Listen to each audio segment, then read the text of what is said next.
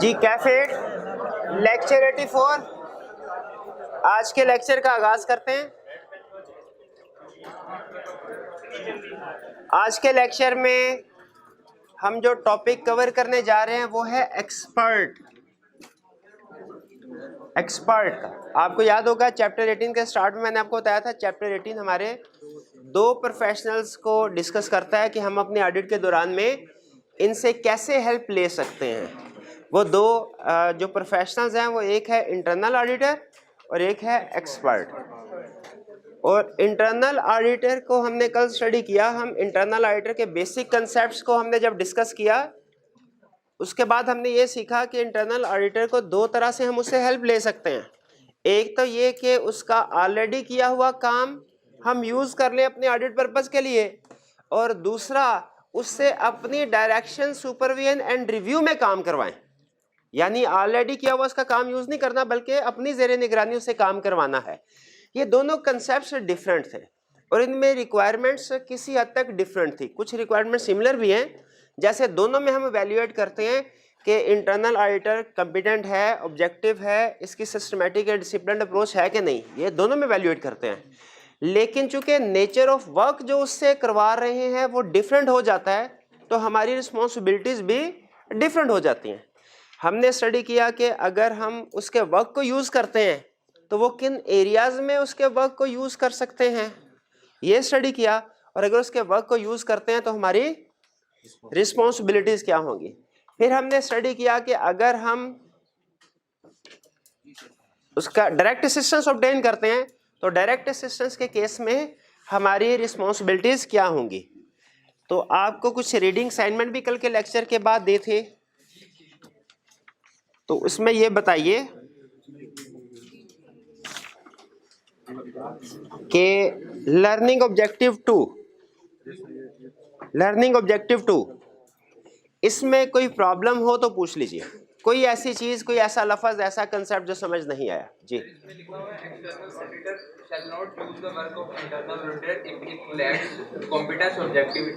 जी बिल्कुल simple rule है कि अगर इंटरनल ऑडिटर कॉम्पिटेंट नहीं है, वेल क्वालिफाइड नहीं है या इंडिपेंडेंट नहीं है तो उसके वर्क को यूज करने का फायदा नहीं है।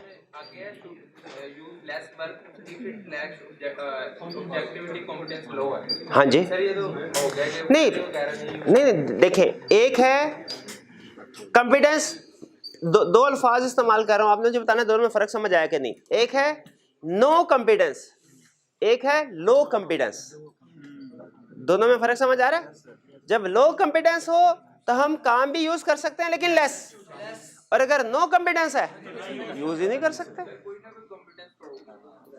हाँ, तो कोई ना कोई कॉम्पिटेंस, तो जो कॉम्पिटेंस है उस हिसाब से वर्क को यूज कर लेंगे, ठीक है, उस हिसाब से वर्क को यूज कर लेंगे, ठीक है। अच्छा मुझे बताएं, व्हाट्सएप ग्रुप में अगर हमने कहीं पे किसी को मैसेज दिया हो और ये देखना हो कि कितने लोगों ने पढ़ लिया है, उसमें कोई ऑप्शन होती है? हाँ, इन्फो में ऑप्शन होती है ना, है ना। अच्छा मुझे ये बताइए कि अगर रिसीवेबल बैंकरप्ट हो जाए तो इसके क्या प्रोसीजर्स हैं, आप बताएं मेरे भाई। रिसीवेबल बैंकरप्ट हो जाए उसकी रिकवरी के क्या प्रोसीजर है? ये ले पढ़ा मर गया, ये नहीं पता। तो ये कॉम्पिटेंस है जरूर इनकी, व्हाट्सएप में कॉम्पिटेंस है, ऑडिट में कोई कॉम्पिटेंस नहीं है। उसके जितनी कॉम्पिटेंस होगी तो जिस एरिया में जितनी को कॉम्पिटेंस होगी उससे उस हिसाब से काम ले लेंगे।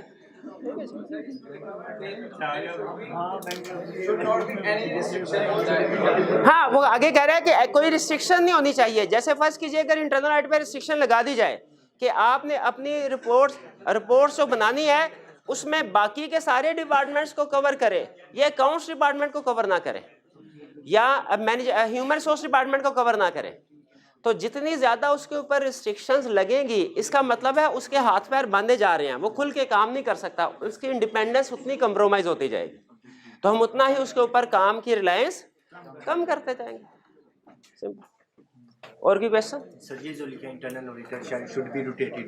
हाँ, internal auditor should be rotated, तो रोटेट करके कहाँ फेंका जाएगा उसको ये पूछना चाह रहे हैं। सर मतलब रोटेशन तो विद इन द टीम या मतलब चेंज नहीं आना चाहिए यहाँ वर्ड। नहीं, चेंज का वर्ड भी, रोटेशन और चेंज का मतलब एक ही है। ये कोड ऑफ एथिक्स में याद रखिए, हमने दो वर्ड पढ़े थे, एक बड़ा था रीस्ट्रक्चरिंग द रिस्पॉन्सिबिलिटी, एक बड़ा था रोटेशन।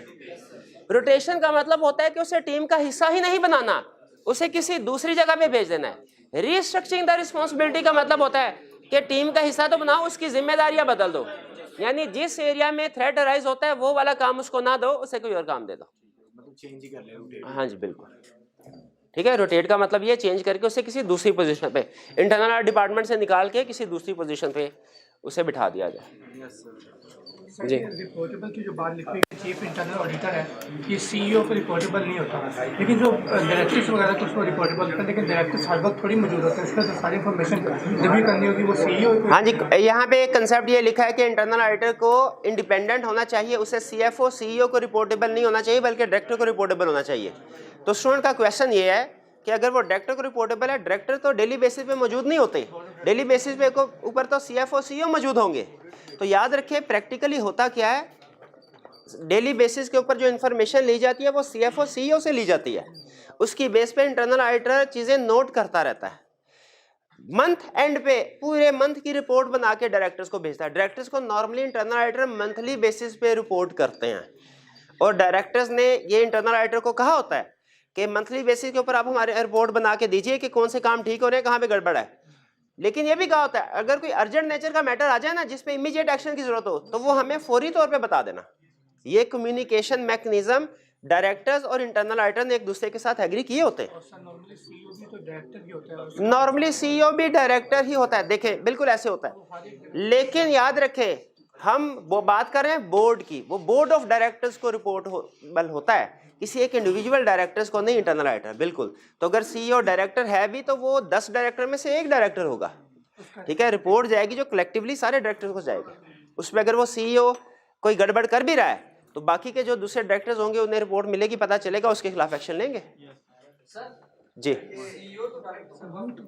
सीईओ डायरेक्टर से अबव की पोस्ट हरगिज नहीं है, सीईओ डायरेक्टर से लो की पोस्ट है। नहीं, डायरेक्टर से नीचे होता है। नहीं भाई की बात मान ले, डायरेक्टर सबसे ऊपर शेयर होल्डर, फिर डायरेक्टर, फिर सीईओ। कुछ कंपनीज में ऐसे होता है कि सीईओ ही, जो प्राइवेट या छोटी कंपनीज होती है, सीईओ ही डायरेक्टर है और वही शेयर होल्डर भी होता है। उस केस में आपकी बात ठीक है।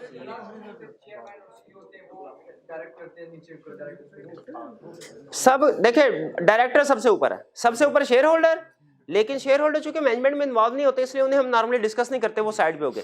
कंपनी के अंदर सबसे ऊपर जो हाईएस्ट अथॉरिटी है विद इन द कंपनी वो डायरेक्टर्स है।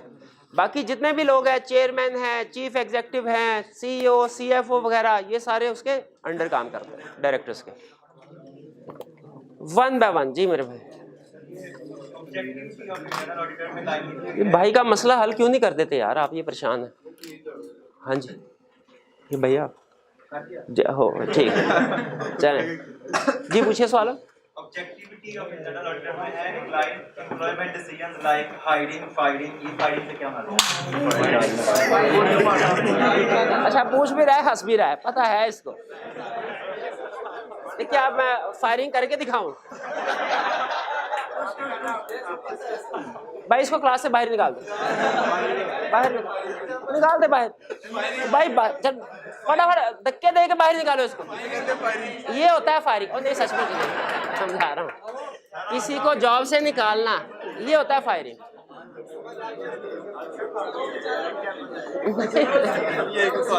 जी There should be no भाई क्वेश्चन बोल। जी There should be no restriction placed on internal auditor. There should be no restriction placed on internal auditor। भाई के लिए तालियां हो जाएं।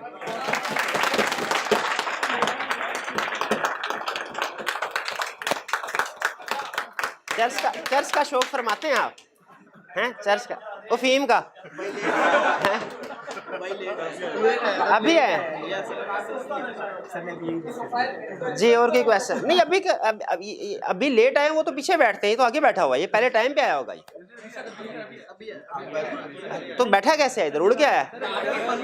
अच्छा मेरे सामने से, अच्छा चल ठीक है ठीक है। और कोई क्वेश्चन? और कोई क्वेश्चन? जी ये 1 मिनट है, ये किसने पूछा था ये क्वेश्चन रिस्ट्रिक्शन वाला? ये भाई को समझाना क्लास के बाद, ठीक है जी। Internal auditor reports directly to the finance director, तो इधर जो फाइनेंस डायरेक्टर है उसको हम सीएफओ एज्यूम करेंगे कि फाइनेंस डायरेक्टर का मतलब होता है सीएफओ। याद रखिए फाइनेंस डायरेक्टर डायरेक्टर नहीं होता। आपने लॉ में एक कंसेप्ट पढ़ा होगा कि किसी पोजीशन के साथ वर्ड टाइटल में वर्ड डायरेक्टर आने से वो डायरेक्टर नहीं बनता। तो फाइनेंस डायरेक्टर डायरेक्टर नहीं है, वो सीएफओ है। बिल्कुल आप उसे सीएफओ एज्यूम करेंगे और कहेंगे कि ये वीकनेस है, अब इंटरनल ऑडिटर इंडिपेंडेंट नहीं रहा। सीएफओ भी सेपरेटली क्या, डायरेक्टर फाइनेंस भी सेपरेट? बाज का डिफरेंट टर्म्स यूज होती है ना, ये डायरेक्टर फाइनेंस, बाज का कुछ अमेरिकन और इंग्लिश टर्म्स डिफरेंट होती है, इसलिए हम सारी टर्म्स लिख देते हैं कि एग्जाम में कोई भी टर्म यूज कर ले। एक और भी होती है टर्म फाइनेंस कंट्रोलर या फाइनेंशियल कंट्रोल, वो भी सीएफओ का ही समझे दूसरा नाम है, डायरेक्टर फाइनेंस, फाइनेंशियल कंट्रोलर से। लेकिन जो इंटरनेशनल टर्म है ना वो सीएफओ है जी। सर हम इंटरनल ऑडिटर का वर्क यूज करते हैं तो उसकी इंडिपेंडेंस को तो करते हैं, वैल्यूएट नहीं करते। हम इंटरनल ऑडिटर की इंडिपेंडेंस को वैल्यूएट नहीं करते। नहीं भाई ऐसे ना करें, करते हैं यार। कल हमने पढ़ा था ऑब्जेक्टिविटी का मतलब इंडिपेंडेंस ही है। ऑब्जेक्टिविटी का मतलब इंडिपेंडेंट, हम वैल्यूएट करते हैं। अगर हमें लगे वो मैनेजमेंट से इंडिपेंडेंट है तो फिर उसके वर्क पे रिलाई करते हैं, यूज करते हैं, वरना नहीं करते। तो होता है ना कि वो कुलियन करके डायरेक्टर के साथ। हाँ बिल्कुल, इनका ये पॉइंट ठीक है कि sir internal auditor independent of management तो है लेकिन इंडिपेंडेंट ऑफ एंटिटी तो नहीं है, तो आप उसके वर्क को क्यों यूज करते हैं? वाकई नहीं है, ठीक है। और हमें उसके वर्क को आइडली यूज नहीं करना चाहिए। लेकिन अगर हमें लग रहा है कि वो मैनेजमेंट से इंडिपेंडेंट, उसने जो काम किया होगा उसमें मैनेजमेंट को फेवर नहीं दी होगी, सही तरीके से काम किया होगा, तो हम उसके वर्क को यूज भी कर सकते हैं। लेकिन याद रखिए इसी वजह से कि वो इंडिपेंडेंट ऑफ एंटिटी नहीं है, इसी वजह से स्टैंडर्ड ने रिक्वायरमेंट दी हुई है क्या कि उसको वैल्यूएट करो, उसके वर्क की एडुकेसी को वैल्यूएट करो, और जो एरिया ज्यादा रिस्की हो, ज्यादा सब्जेक्टिविटी हो, उसमें जजमेंट ज्यादा इन्वॉल्व हो, उसमें उसके वर्क को यूज ना करो। ये रिक्वायरमेंट स्टैंडर्ड की इसी वजह से है कि internal auditor independent of entity नहीं है, ठीक है। 50% इंडिपेंडेंट है, 50% नहीं है, ठीक है। मैनेजमेंट से इंडिपेंडेंट है, डायरेक्टर से इंडिपेंडेंट नहीं है। इसीलिए तो हमें उसका काम आंखें बंद करके इस्तेमाल करने की इजाजत नहीं है। अगर वो इंडिपेंडेंट ऑफ एंटिटी भी होता तो शायद हम उसका काम आंखें बंद करके इस्तेमाल कर लेते हैं। लेकिन चूंकि इंडिपेंडेंट ऑफ एंटिटी नहीं है, इसी चीज को सामने रखते हुए स्टैंडर्ड ने कहा कि आप आंखें बंद करके नहीं बल्कि अपने उसको वैल्यूएट करना है, उसको उसके वर्क को, ठीक है। तभी उसके बाद आप उसके वर्क को यूज कर सकते हैं। वैल्यूएशन के बगैर, प्रोसीजर परफॉर्म किए बगैर, एडिक्वेसी ऑफ वर्क वैल्यूएट किए बगैर उसके वर्क को यूज नहीं कर सकते, ठीक है। फर्म के पास अपना ह्यूमन रिसोर्स भी तो होता है ना। हाँ, फर्म के पास अपना ह्यूमन रिसोर्स भी। देखिए आप थ्योरेटिकली बात करेंगे ना तो आपकी बात बिल्कुल ठीक है। आप स्टूडेंट सोच रहा था थ्योरेटिकली कि अगर सारे का सारा काम ऑडिटर को ही करना चाहिए, वो ज्यादा बेहतर है, बिल्कुल बेहतर है। उसी तरह थ्योरेटिकली कुछ स्टूडेंट ये भी कहते हैं sir test of control perform ही ना किए जाए, डायरेक्ट फाइनेंशियल स्टेटमेंट में ही सारे ज्यादा, वो भी अप्रोच ठीक है, पॉसिबिलिटीज हैं। लेकिन जहां पे स्टैंडर्ड ने इजाजत दी हुई है, जहां पे स्टैंडर्ड ने इजाजत दी हुई है, वहां पे हम वो उस बेनिफिट को हासिल कर लेते हैं, ठीक है। उस बेनिफिट को हासिल कर ले। अब मुझे ये बताइए, आइडियली किसी बंदे, किसी लेमैन से पूछे ये सारी किताब में से पेपर आएगा, क्या हमें ये पढ़नी चाहिए? वो कहेगा बिल्कुल पढ़नी चाहिए। हम कहे एक एक लफ्ज पढ़ना, वो कहे एक एक लफ्ज पढ़ना चाहिए। आइडियली तो ऐसे, लेकिन एज प्रोफेशनल हमें अंदाजा है कि इसमें कुछ कंसेप्ट कम अहम है, कुछ कंसेप्ट ज्यादा अहम है। कुछ कंसेप्ट ऐसे हैं जो फ्रीक्वेंटली टेस्ट करता है, कुछ वो कभी कभार टेस्ट करता है। कुछ कंसेप्ट केस स्टडी बेस्ड है, कुछ कंसेप्ट थ्योरेटिकल है।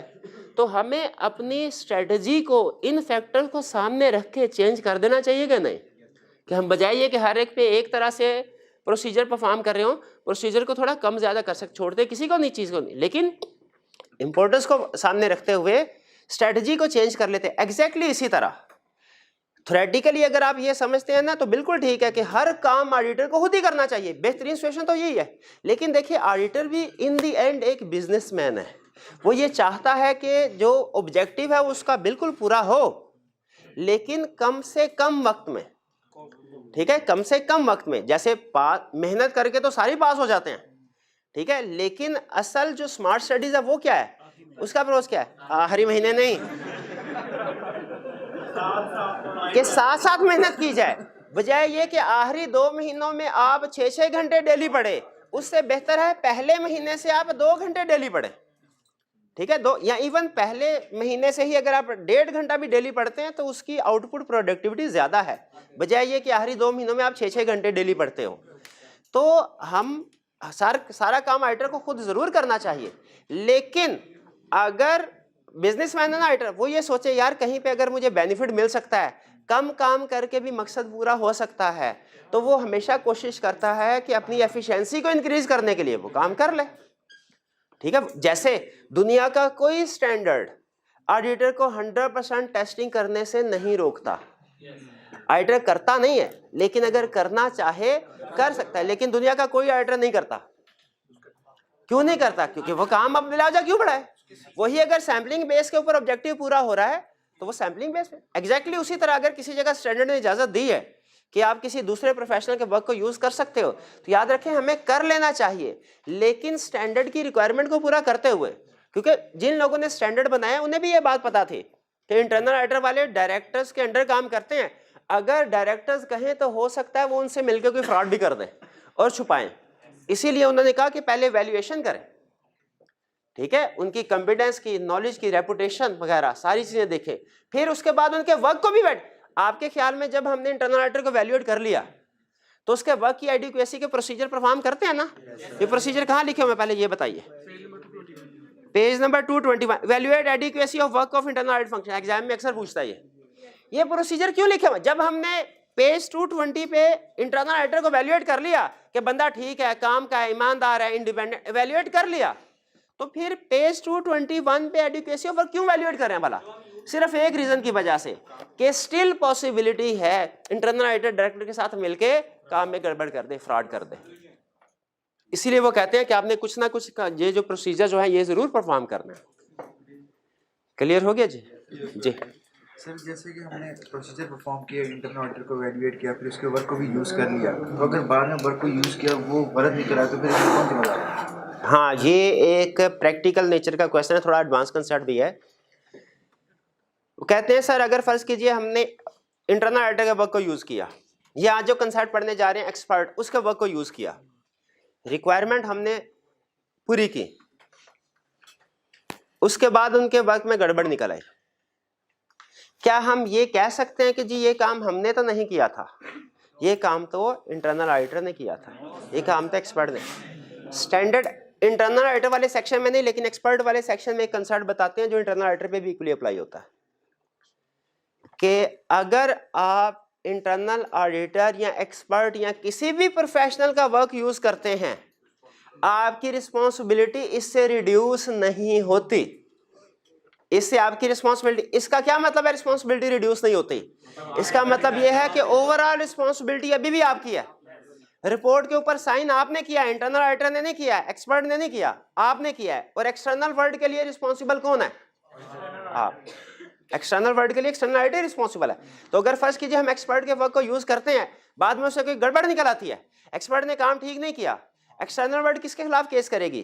एक्सटर्नल ऑडिटर के खिलाफ। एक्सटर्नल ऑडिटर फिर बाद में देखेगा उसने एक्सपर्ट के साथ जो एग्रीमेंट किया हुआ है, अगर एक्सपर्ट ने उसमें डंडी मारी है, उस एग्रीमेंट के मुताबिक, स्कोप के मुताबिक काम नहीं किया हुआ, तो फिर वो उसको, ठीक है। फर्ज कीजिए कोई एक स्टूडेंट है, वैसे कंसेप्ट समझाने का एग्जांपल दे रहा हूँ, वो एक टीचर से पढ़ता है, चले मेरी मिसाल ले लें, फर्ज करें हमारे भी स्टूडेंट तो फेल हो जाते हैं, वो फेल हो गया, उसके वालिद सारी दुनिया के लिए कौन रिस्पॉन्सिबल है?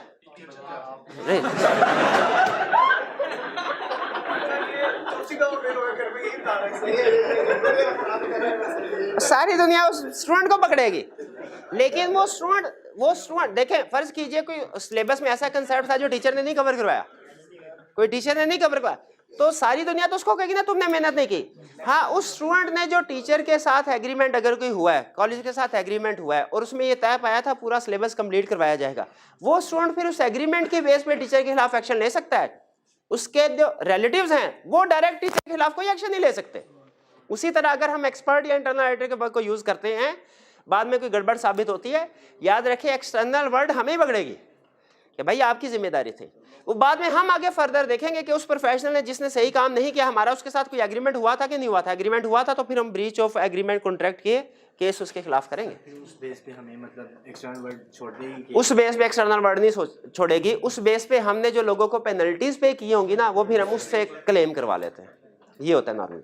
और की क्वेश्चन? सर, जब डायरेक्ट असिस्टेंस में इंटरनल ऑडिटर काम करता है, डायरेक्ट असिस्टेंस में जब इंटरनल ऑडिटर काम करता है, बिल्कुल, तो उसने जब काम किया तो फिर हमारे सारे दाव पेच पता लग गया, तो जब नेक्स्ट ईयर आएंगे तो कुछ ना कुछ हमारी कोर्स का पता ही होगा ना। हाँ, ये देखिए, ये एक रिस्क होता है प्रैक्टिकली। जो यहाँ पे तो आपको होता है सिर्फ बेसिक कंसेप्ट समझाते हैं, प्रैक्टिकल वर्ल्ड थोड़ी कम्प्लेक्स होती है। इन्होंने पॉइंट ये रेज किया, सर अगर हम उसको अपने दाव पेच समझाएंगे तो उसे पता चल जाएगा, वो नेक्स्ट टाइम फिर डायरेक्टर के साथ, मैनेजमेंट के साथ मिलकर उनको दाव पेच समझा सकता है, बिल्कुल। लेकिन हमारे पास एक टूल होता है, एलिमेंट ऑफ अनप्रिडिक्टेबिलिटी। हाँ, अप्रोच पता होगी बिल्कुल, लेकिन याद रखे, हमें अगर पहले से देखे, हमने क्या ये देख लिया कि वो मैनेजमेंट से इंडिपेंडेंट है, ये देख के ही उसको हमने अपने साथ टीम का एक तरह से हिस्सा बनाया ना, तो इसका मतलब है वो इंडिपेंडेंट ऑफ मैनेजमेंट ही रहेगा। अगर हमें पहले से रिस्क होता कि नहीं ये फेवर दे सकता है मैनेजमेंट को, तो हम उसे अपनी टीम का हिस्सा ही ना बनाते। तो मोस्ट प्रोबेबली वो मैनेजमेंट को नहीं बताए, लेकिन फर्ज कीजिए अगर बताता भी है तो एलिमेंट ऑफ अनप्रेडिक्टेबिलिटी होता है। आपको याद है वो केस हमने पढ़ा था, हमारा सीनियर टीम मेंबर छोड़ के क्लाइंट, ये तो उससे कई गुना कम रिस्क है। जब हमने उस वाले थ्रेट को मैनेज कर लिया था, तो ये थ्रेट तो कोई चीज ही नहीं, ठीक है।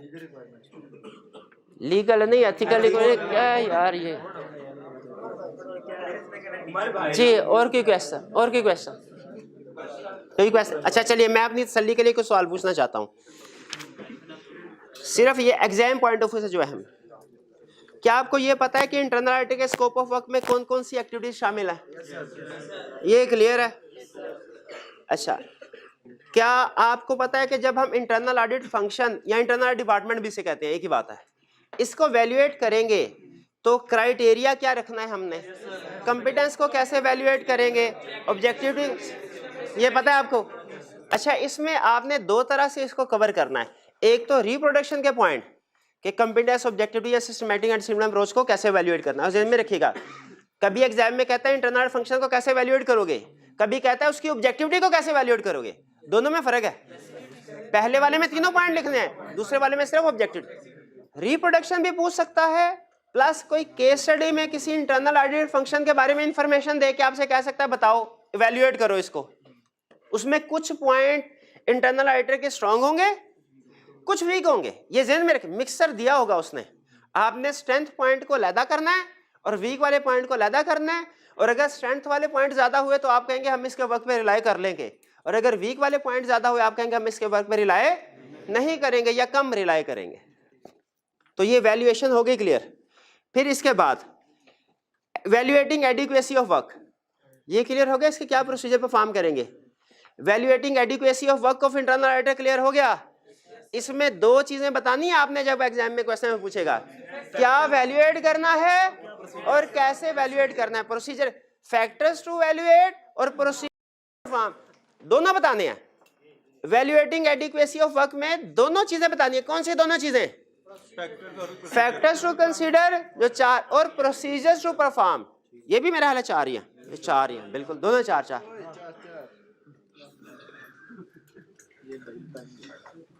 फिर बाकी रूटीन, बाकी मॉडरेटली इंपॉर्टेंट है, ये ज्यादा अहम थी जो मैंने आपसे पूछा। बाकी डॉक्यूमेंटेशन, डिटर्मिनिंग किन एरियाज में इंटरनल ऑडिटर के वर्क को यूज कर सकते हैं, ये मॉडरेट, ये भी करने हैं आपने। अब फिर इसके बाद आगे चलने से पहले तसल्ली कर लूं, using internal auditor to provide direct assistance, बल्कि ऐसा करते हैं इसकी क्विक सी एक रिवीजन कर लेते हैं। ठीक है, कल पढ़ा तो था आपने, लेकिन फिर भी कोई बात नहीं, कहीं आप ये ना कहें कि सर ने एंड पे जो है ना वो जल्दी करवा दिया। कल असल में मैंने इसलिए कल का लेक्चर में ज्यादा मटेरियल कवर जरूर, ये मैं मानता हूँ, लेकिन उसकी रीजन ये थी कि वो इंटरलिंक था। कल ही वो कंसेप्ट क्विकली बिल्ड हो गया, वो आधे घंटे में, आज शायद उसको 1.5 घंटा लगता। तो इस, लेकिन अब वो कल वाले जो कंपनसेट करने के लिए आज का टाइम भी मैं आपको साथ इसके ऊपर कंसेप्ट समझा रहा हूँ, ताकि अगर कोई कमी बेशी है तो क्लियर हो जाए। सबसे पहले मुझे बताइए इंटरनल ऑडिटर क्या है, हमें पता? डायरेक्ट असिस्टेंस क्या है, ये पता है हमें? चलिए, डायरेक्ट असिस्टेंस का मतलब क्या है? इंटरनल ऑडिटर वर्क परफॉर्म करेगा, प्रोसीजर परफॉर्म करेगा। रेड है ये एक्स्ट्रा, ये एक्स्ट्रा। इंटरनल प्रोसीजर परफॉर्म करे under direction, supervision and review of external auditor. ठीक है, उसके अंडर डायरेक्शन। अब हमने ये तो डायरेक्ट असिस्टेंस का मतलब हो गया ना।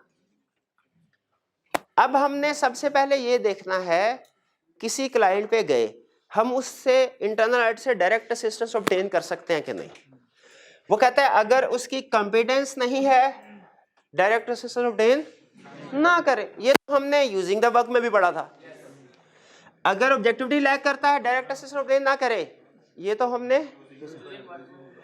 अगर लॉ प्रोहिबिट करता है तो डायरेक्ट असिस्टेंस ऑब्टेन नहीं करनी। इसके एग्जांपल सुनना है। यूके का लॉ ये कहता है कि यूके में जो ऑडिटर होंगे वो इंटरनल ऑडिटर के वर्क को यूज तो कर सकते हैं, डायरेक्ट असिस्टेंस ऑब्टेन नहीं कर सकते हैं, ठीक है। लेकिन पाकिस्तान में इस तरह की कोई पाबंदी नहीं है। अब चूंकि ISA जो बनाए गए हैं वो सारी दुनिया के लिए बनाए गए हैं, इसलिए उन्होंने कहा अगर आपका लोकल लॉ मना करे ना तो आपने डायरेक्ट असिस्टेंस ऑब्टेन नहीं करनी, ठीक है। हालांकि ये अगर बात स्टैंडर्ड में ना भी लिखी होती तो आपको पता है लॉ हमेशा ISA से ऊपर आता है, तो फिर भी हम यूज ना करते। लेकिन उसने आपको बता दिया कि सम टाइम ऐसा भी होता है कि लॉ प्रोहिबिट करता है। अगर लॉ प्रोहिबिट कर दे तो फिर हमने उसको इंक्लूड नहीं करना। हमने इससे पहले भी कोई इस तरह का कंसेप्ट पढ़ा हुआ है कि लॉ प्रोहिबिट करे तो ये काम नहीं करना। एम्बेसी कहीं पे embassies of matter other matter में किस तरह की बात पड़ी थी कि कम्युनिकेट नहीं करना लीगल, हाँ, या शायद की अदर मैटर में ये बात पड़ी थी कि अगर लॉ मना करे तो उसको रिपोर्ट नहीं करना। कहीं ना कहीं ये बात पड़ी जरूर, मुझे नहीं पता कहाँ पड़ी थी। मुझे इतना याद आ रहा है कि शायद रिपोर्ट की किसी एग्जाम्पल में ये बात थी। अब आप किसी पैराग्राफ, अब वो आपने खुद ढूंढना है। नहीं, वो की ऑर्डर मैटर था कि एमसीओ मैटर था, मैं नहीं बता रहा, मैं नहीं बता, ये आप खुद ढूंढे। बहरहाल ये तो कंसेप्ट समझ आ गया ना करंट। ये सिर्फ लिंक करवाना था आपको और आपको बताना था कि आपने अभी तक चैप्टर 4 भी सही तरीके से याद नहीं किया हुआ। आगे चलते हैं। इसके बाद अब फर्ज कीजिए हमने फैसला किया कि डायरेक्ट असिस्टेंस ऑब्टेन हो सकती है, ठीक है। वर्क दैट कैन बी, वो कौन कौन सा काम है, वो कौन कौन सा काम है जो हम उसको असाइन कर सकते हैं और कौन सा नहीं। जैसे कल हमने एग्जांपल पढ़ी थी ना, किन एरियाज में इंटरनल ऑडिटर के वर्क को यूज कर सकते हैं, किन में नहीं कर सकते। देखें ये भी कंसेप्ट उन्हीं लाइंस के ऊपर है, ठीक है, उन्हीं लाइंस के ऊपर है। अगर जजमेंट इन्वॉल्व हो डायरेक्ट असिस्टेंस ऑब्टेन करनी चाहिए, करनी चाहिए। कहता है जब आपने ये डिसाइड करना है किन एरियाज में डायरेक्ट असिस्टेंस ऑब्टेन करें तो आपने ये वाले फैक्टर सामने रखने हैं, judgement, risk, competence and objectivity of individual involved. यानी अगर जजमेंट ज्यादा इन्वॉल्व है डायरेक्ट असिस्टेंस ऑब्टेन करनी चाहिए, नहीं करनी चाहिए। अगर रिस्क ज्यादा इन्वॉल्व है डायरेक्ट असिस्टेंस ऑब्टेन करनी चाहिए, नहीं करनी चाहिए। अगर कंपिटेंस ऑब्जेक्टिविटी नहीं है इंटरनल ऑडिट वालों में, डायरेक्ट असिस्टेंस ऑब्टेन करनी चाहिए, नहीं करनी चाहिए। नहीं कोई बात नहीं, ये लिख सकते हैं आप, कोई प्रॉब्लम नहीं। अच्छा, फिर इसके बाद ये असल में ना इसी की एक्सप्लेनेशन, ये वाला पॉइंट जो है ना, ये इसी की एक्सप्लेनेशन है, इसी फैक्टर्स की एक्सप्लेनेशन है। हाँ, 2 पॉइंट एडिशनल है। Relate to decision regarding internal auditor, work in which internal auditor already involve. ये आपको जब तक एग्जांपल नहीं दूंगा तब तक ये समझ नहीं आएगी, लेकिन पहले फैक्टर को पढ़ ले। किन एरियाज में इंटरनल डायरेक्ट असिस्टेंस ऑब्टेन नहीं करने, ये फैक्टर कंसीडर करने हैं और फिर इन फैक्टर को सामने रखते हुए हाई रिस्क हो डायरेक्ट असिस्टेंस नहीं, सिग्निफाइड जब डायरेक्ट असिस्टेंस नहीं, related to decision regarding internal auditor direct assistance obtain नहीं करने, work in which internal auditor is already involved direct assistance obtain. ये वाले ऊपर वाले 2 पॉइंट समझ आ गए, रिस्क और सब्जेक्टिविटी वाले। नीचे वाले 2 समझ नहीं आए। अब सुनिए, हमने इंटरनल ऑडिटर के हेड से कहा, चीफ से, सर हम चाहते हैं आपके डिपार्टमेंट की डायरेक्ट असिस्टेंस ऑब्टेन करें। चीफ ने कहा ठीक है, 4-5 बंदे आपको दे देते हैं। हमने कहा अच्छा, कोई ऐसे बंदे हमें दीजिए जो कॉम्पिटेंट हो, इंडिपेंडेंट हो, उनकी सिस्टमैटिक एंड डिसिप्लिन्ड अप्रोच हो। उसने कहा ये 4 बंदे ले जाए, ABCD। बताइए इसमें कोई प्रॉब्लम है?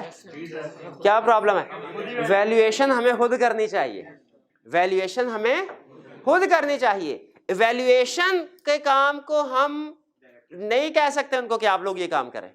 यही कह रहा है, अगर काम वर्क ऐसा है जो रिलेट करना है डिसीजन रिगार्डिंग इंटरनल ऑडिटर, कि इंटरनल ऑडिटर को इंगेज करना है नहीं करना, किस एरिया में इंगेज करना है, कौन कौन से लोगों को इंगेज करना है। इंटरनल ऑडिट का पूरा डिपार्टमेंट तो नहीं, इसके 4-5 लोग ही हम इंगेज किया करते हैं। तो ये डिसीजन किसको ये डायरेक्ट असिस्टेंस में दे देना चाहिए डिसीजन? नहीं करना चाहिए, बल्कि ये डिसीजन किसको करने चाहिए सारे? ये बात समझ आ गई। दूसरी चीज हमने इनसे कहा भाईजान सेल्स का सिस्टम आप, ये इंटरनल ऑडिट वाले भाई हैं, और डायरेक्ट असिस्टेंस अब ये हमारे डिपार्टमेंट में बैठे हैं क्योंकि डायरेक्ट असिस्टेंस के लिए हमने इनको सेलेक्ट किया है और डायरेक्टर्स की अप्रूवल के साथ। इनसे हमने कहा आपने सेल्स सिस्टम को डॉक्यूमेंट किया हुआ है सारे के सारे से, ठीक है? सेल्स चले कोई उन्होंने कहा किया, हमने कहा नहीं लेकिन वो तो आपने पहले किया होगा ना, using the work of internal auditor वाले के, वो तो पहले किया होगा। अब आप हमारी ज़ेरे निगरानी हमारी अप्रोच के मुताबिक इस सिस्टम को डॉक्यूमेंट करें। ये कहें ठीक है सर।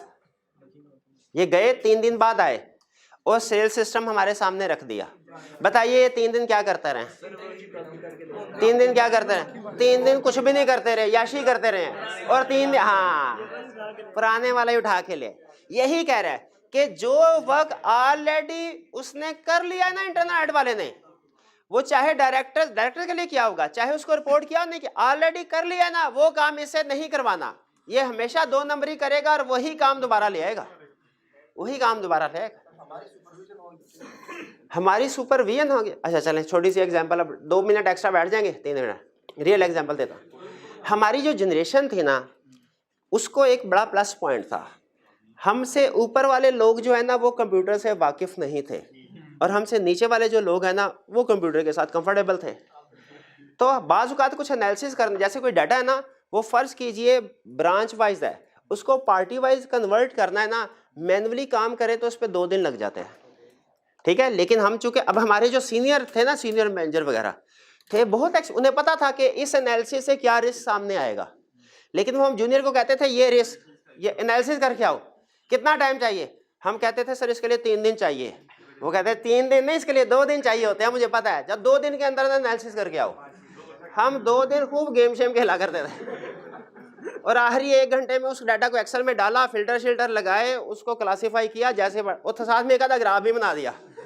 वो बड़ा खुश होते थे, हालांकि हम उनकी सुपरविजन में काम कर रहे होते थे, लेकिन डंडी मारी का नहीं हमने। एग्जैक्टली इसी तरह, हालांकि हमारी सुपरविजन में ट्रेड काम कर रहा है, लेकिन इसके सारे डाटा, पिछले डाटा पे तो हमारी एक्सेस नहीं है ना, क्या क्या काम किया हुआ है। तो ये इस तरह के काम करता है। इसीलिए स्टैंडर्ड ने कहा कि अगर उसने ऑलरेडी काम किया वो उससे ना करवाएं, क्योंकि ये कभी भी दोबारा काम नहीं करेगा, वही लेके आएगा, और वो काम उस तरीके से इंडिपेंडेंटली नहीं हुआ जिस तरीके से हम चाहते हैं। ये 2 पॉइंट समझ आ गए। इंटरनल ऑडिटर से रिलेटेड डिसीजन सारे हमने करने हैं, उन पे डायरेक्ट असिस्टेंस नहीं लेने। और दूसरा, ऐसा वर्क जिसमें ऑलरेडी इंटरनल ऑडिटर ने काम किया हुआ है वो इससे नहीं करवाना, ठीक है? अच्छा, अब एग्जाम में सोचिए एक क्वेश्चन आया, अब कल वाले कंसेप्ट के साथ इस कंसेप्ट को मिला रहा हूं। कल हमने क्या पढ़ा? Using the work of internal auditor में किन एरियाज में वर्क को यूज कर सकते हैं, किन में नहीं कर सकते। क्या पढ़ा था? कंसेप्ट क्या पढ़ा था? किन एरियाज में वर्क ऑफ इंटरनल यूज कर सकते हैं, या ये पढ़ा था किन में नहीं कर सकते? एरिया लेवल पे एक तो ये था ना इंटरनल ऑडिटर को यूज करना है कि नहीं करना, वो तो सिंपल था कि कॉम्पिटेंस नहीं है, ऑब्जेक्टिविटी नहीं है। और एक था कि हाँ हाई रिस्क, उसमें हमने दोनों पढ़े, हाई रिस्क हाई जजमेंट वाले में उसके वर्क को यूज नहीं करना, सिग्निफिकेंट जजमेंट दूसरे एरिया में करना है। डायरेक्ट असिस्टेंस में हम क्या पढ़ रहे हैं? क्या ये पढ़े हैं कि किन एरियाज में इसके वर्क को यूज कर सकते हैं, या ये पढ़े किन एरिया में नहीं कर सकते? किन एरिया में नहीं कर सकते। पहले उसने बताया इन फैक्टर, ये डिसीजन करने के लिए फैक्टर सामने रखना, और फिर हमें क्या बताया? अब एग्जामिनर का दाव पेश देखे, उसने क्या पूछा सवाल? उसने कहा बताइए एक्सटर्नल ऑडिटर ने डिसाइड किया कि वो इंटरनल ऑडिटर से डायरेक्ट असिस्टेंस ऑब्टेन करेगा, बताइए वो कौन कौन से एरियाज हैं जिनमें डायरेक्ट असिस्टेंस ऑब्टेन की जा सकती है।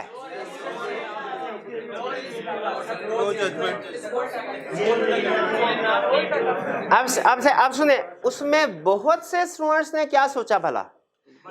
उसने कहा डायरेक्ट असिस्टेंस कह तो रहा है, लेकिन डायरेक्ट असिस्टेंस में तो ये कंसेप्ट है ही नहीं कि किन एरियाज में डायरेक्ट असिस्टेंस ऑब्टेन की जा सकती है। ये कंसेप्ट तो है using the work of internal auditor में। तो इसका मतलब ये है कि असल में ये using the work of internal auditor पूछ रहा है, हमें घुमाने के लिए उसने डायरेक्ट असिस्टेंस का वर्ड लिख दिया। आपको सही घुमाया ना उसने, डायरेक्ट असिस्टेंस का वर्ड आ गया तो ये 100% कंफर्म है डायरेक्ट असिस्टेंस में से क्वेश्चन है डायरेक्ट। अब ये कंपनीज एक्ट का क्वेश्चन पूछ ले रिक्वायरमेंट में कहीं in accordance with companies act, तो आप ये सोचेंगे नहीं ये सिचुएशन तो कोड ऑफ एथिक्स की लगती है। आपसे कहे फीस पिछले साल उसने कहा कम कर दो, कंपनीज एक्ट के मुताबिक जवाब दो, और आप सोचें कंपनीज एक्ट में तो फीस का कोई डिस्कशन ही नहीं है, लगता है उसने हमें घुमाने के लिए कंपनीज एक्ट लिखा है, ये सिचुएशन तो कोड ऑफ एथिक्स में डिस्कस हुई है। हम तो code of ethics under cutting है, थ्रेट राइज होता है, ये लिखाएंगे।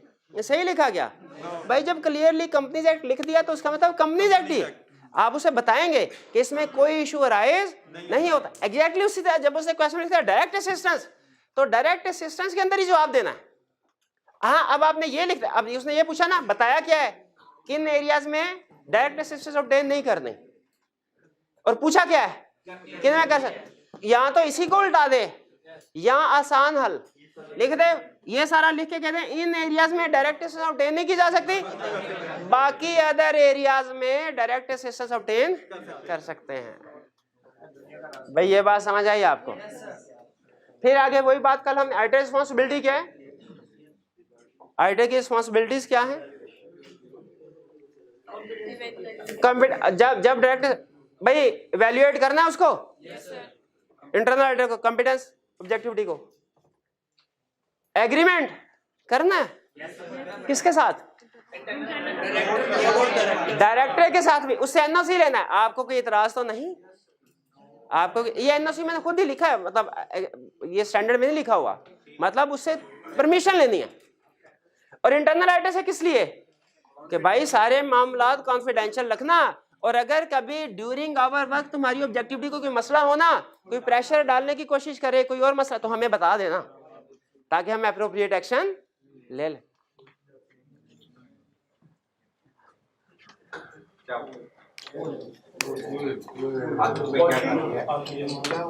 कल पढ़ा हमने using the work of internal auditor, आज पढ़ने नहीं, आपने ठीक काम किया।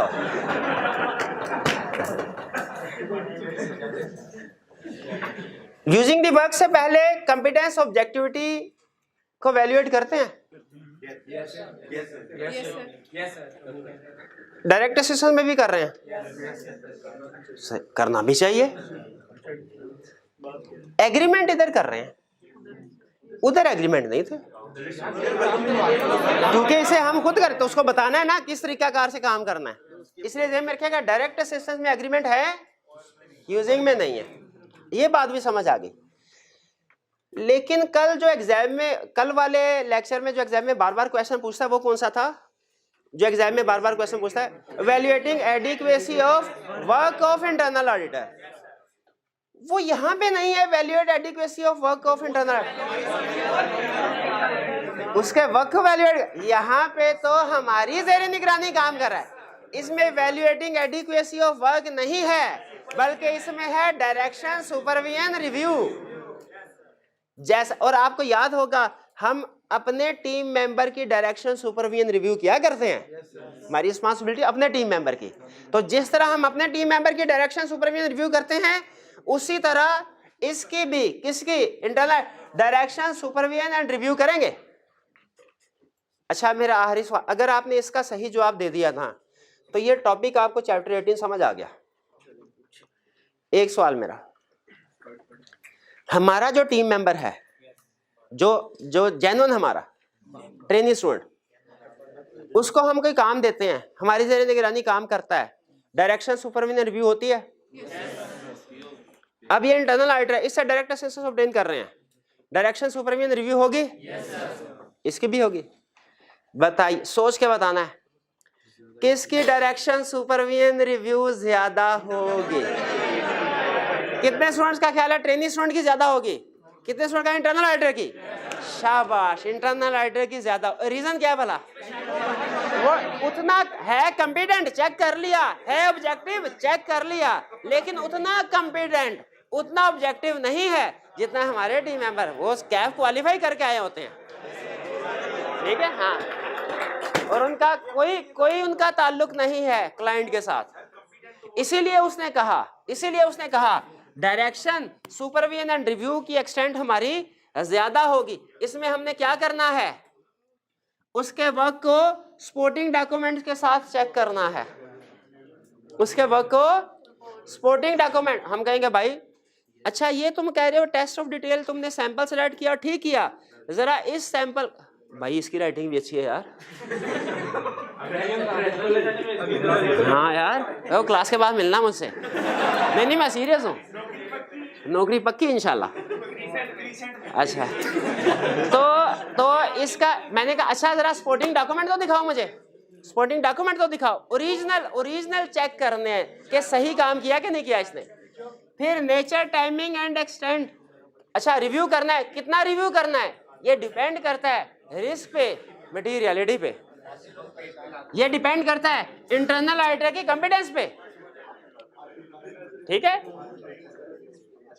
भाई, आपने गपशप में वो कंसेप्ट उड़ा दिया, अब फिर से सुने। डायरेक्शन सुपरविजन रिव्यू होनी चाहिए इंटरनल ऑडिटर की। नॉर्मली हमारे टीम मेंबर की निस्बत ज्यादा के कम, कितनी ज्यादा डिपेंड करता है किस पे, एरिया पे, रिस्की एरिया तो ज्यादा डिपेंड करता है इंटरनल ऑडिटर पे। जितना ज्यादा कॉम्पिटेंट होगा उतना रिव्यू कम होगा।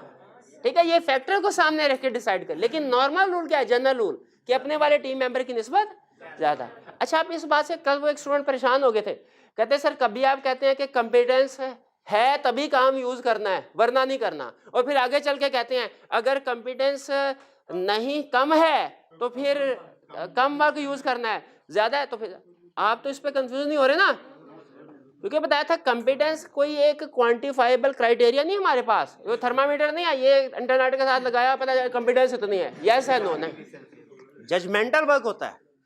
तो अगर कंपिटेंस हाई भी है, स्टिल रिलेटिवली कंपिटेंट क्या है, हो सकता है ये भाई भी हाईली कंपिटेंट हो, ये भी हाईली कंपिटेंट हो, लेकिन स्टिल दोनों इक्वली कंपिटेंट ना हो, एक ही कंपिटेंस ज्यादा और दूसरे की निस्बतन कम हो। तो वो उस लिहाज से हम फिर डिसाइड करते हैं कि इंटरनल ऑडिटर के वर्क को यूज करना है, ठीक है, फिर उसके बाद आगे कितना करना है वो उसकी फिर रिलेटिव कंपिटेंस, रिलेटिव ऑब्जेक्टिविटी पे डिपेंड करेगा। या डायरेक्शन सुपरविजन रिव्यू वाली बात क्लियर हो गई? चले बस। फिर उसके बाद कम्युनिकेशन और डॉक्यूमेंटेशन, ये तो कल हमने पढ़ लिया था ना, और ये रटे वाले पॉइंट, कम्युनिकेशन करनी होती है किसके साथ, डायरेक्टर के साथ। क्या कम्युनिकेशन करनी होती है कि बंदा हमें चाहिए भाई, प्लान यूज कि इसका हम ये काम इससे करवाएंगे इंटरनल ऑडिट वाला। डॉक्यूमेंटेशन में क्या क्या मैटर डॉक्यूमेंट करने हैं, हमारे मुताबिक काम मुझे वो मैटर अब देखना नहीं है किसी ने बुक की तरह, मुझे वो एग्जांपल्स बताइए जो डायरेक्ट असिस्टेंस में डॉक्यूमेंटेशन करनी है जिसकी, लेकिन यूजिंग दी वर्क में नहीं करनी। शाबाश, एक एग्रीमेंट, शाबाश। दूसरा कॉम्पिटेंस एंड ऑब्जेक्टिविटी खा गए मार, वो तो दोनों में करते हैं। सुपरविजन एंड रिव्यू, शाबाश, कि किस बंदे ने रिव्यू किया, कब किया, ठीक है, ये रिव्यू। एक चीज और बता दे फिर, वो वाले वर्किंग पेपर जो हमने अपनी ज़ेरे निगरानी, वो तो हमारी अपनी ओनरशिप है ना, शाबाश। तो ये ज़हन में रखिएगा, डॉक्यूमेंटेशन के कुछ पॉइंट सेम है जो कंपिटेंस ऑब्जेक्टिविटी से रिलेट करते हैं, और कुछ पॉइंट डिफरेंट भी हैं। Using the work of internal auditor में डिफरेंट है, और डायरेक्ट असिस्टेंस में डॉक्यूमेंटेशन कुछ डिफरेंट भी है। भाई डॉक्यूमेंटेशन वाला पॉइंट याद रखेंगे, ये भाई नहीं रखेंगे, इन्होंने नहीं कहा बिल्कुल। डॉक्यूमेंटेशन में फर्क ध्यान में रखें, using the work of internal audit की डॉक्यूमेंटेशन कुछ और है, डायरेक्ट असिस्टेंस की डॉक्यूमेंटेशन कुछ और है, याद रखेंगे कि नहीं? यार शाबाश शाबाश। ये हो गया हमारा इंटरनल ऑडिटर वाला टॉपिक खत्म। अब हम चलेंगे आगे एक्सपर्ट की तरफ, लेकिन आप एग्जॉस्ट हो गए होंगे, थोड़ा रिलैक्स कर लें, नो प्रॉब्लम। नहीं मैं इतना, हाँ आपको पता है थ्योरी सब्जेक्ट का यही फायदा होता है, दरमियान में जहाँ पे आप समझे कि नहीं अब एग्जॉस्ट हो रहे हैं, रिलैक्स कर सकते हैं। लाजमी नहीं होता कि काउंटिंग का क्वेश्चन शुरू करवाया जिस तरह, जब तक बैलेंस शीट टैली नहीं होगी ना तब तक किसी को हिलने नहीं देना। नो प्रॉब्लम, रिलैक्स कर, टेक लगाएं ऐसे टेक, आंखें बंद कर लें थोड़ी देर, नहीं गहरे गहरे सांस लें, तीन सांस, 2 नहीं, हाँ नहीं योगा भी थोड़ा बहुत पार्ट टाइम हिकमत भी करता हूँ थोड़ी बहुत। Yes, sir. भाई अब आंखें खोल लें। थोड़ा सा साइड में होके बैठे, हाँ जी आप, अच्छा जी चलिए अब आप रिलैक्स हो गए, माइंड फ्रेश हो गया बिल्कुल। अब हम बिल्कुल तैयार हैं नेक्स्ट टॉपिक पे जाने के लिए। और क्या अजीब इत्तेफाक है, क्या हसीन इत्तेफाक है, आज का मौसम एक्सपर्ट का टॉपिक कवर करने के लिए बेहतर, कल पता नहीं ये हमें इत्तेफाक हो के ना हो, ये मौका मिले कि ना मिले, ठीक है। हाँ, एक्सपर्ट के लिए रेडी हो जाए। अब हम फ्रेश भी हैं और मौका भी बेहतरीन है। एक्सपर्ट कहते किसको है? हरगिज नहीं, यही कंसेप्ट बताना था। जो काउंटिंग और ऑडिट का एक्सपर्ट होना उसे एक्सपर्ट नहीं कहते, उसे तो चार्टर्ड अकाउंटेंट कहते हैं। तो इसका मतलब ये हुआ एक्सपर्ट कौन है? हर ऐसा प्रोफेशनल जो काउंटिंग और ऑडिट के अलावा किसी और फील्ड का एक्सपर्ट है, जैसे इंजीनियर, जैसे लॉयर, जैसे आईटी एक्सपर्ट, वैल्यूअर, शाबाश वैल्यूअर, मोची नहीं मेरी गलती, मैंने कंसेप्ट सही नहीं बताया। एक्सपर्ट का मतलब हर वो बंदा जो काउंटिंग और ऑडिट के अलावा किसी फील्ड का एक्सपर्ट है और उसकी एक्सपर्टीज को फाइनेंशियल स्टेटमेंट में यूज किया जाता है। ये मैं भूल, उन्होंने मोची कहा था, मुझे कंसेप्ट याद आ गया।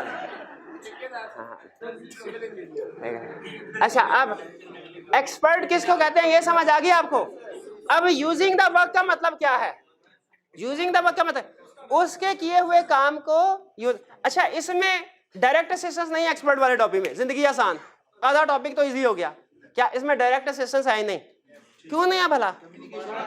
भाई हमें उसका पता ही नहीं है, उसके फील्ड का क्या कर, इंजीनियर पता नहीं थैले में उसके क्या कुछ होगा, हमें तो उसके टूल्स का नाम भी पता नहीं होगा। हमने उससे ये कहना है कि ये काम करो, है? हम नहीं कह सकते। तो इसमें तो डायरेक्ट असिस्टेंस पॉसिबल ही नहीं है।